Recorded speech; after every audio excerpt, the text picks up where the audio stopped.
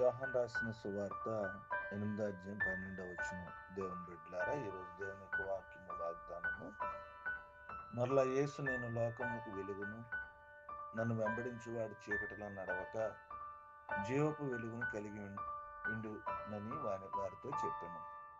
ప్రియమైన దేవుని బిడ్డలారా, దేవుని యొక్క వాక్యం మనతో మాట్లాడుతూ ఉంది. దేవుని యొక్క ఉద్దేశం ఏంటి?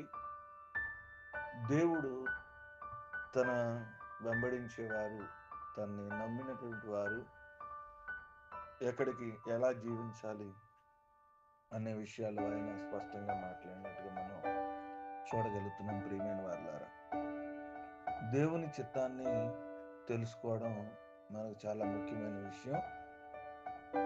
ఆయన ఈ లోకంలోనికి రక్షకునిగా వచ్చినప్పుడు ఆయన సత్యమును మరియు సజీవమైన వాక్యంగా ఆయన ఉన్నాడు.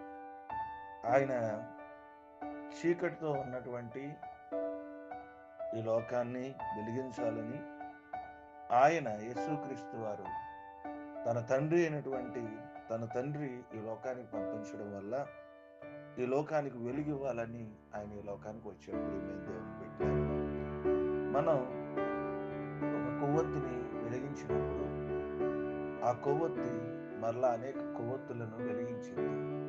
యేసుక్రీస్తు వారు ఈ లోకానికి వెలుగుగా వచ్చి అనేక మంది జీవితాలను వెలిగించాలని ఆయన ఈ లోకానికి వచ్చాడు. ఈరోజు ఆయన వెంబడిస్తున్నామని చెబుతున్నటువంటి మనం, ఆయన ఆరాధిస్తున్నామని చెబుతున్నటువంటి మనం, ఆయన నమ్ముకున్నామని చెబుతున్నటువంటి మనం చీకటిలో మనం నడవకూడదు. దేవుని బిడ్డలారా, వెలుగులో నడవాలని బైబిల్ సెలవిస్తాము.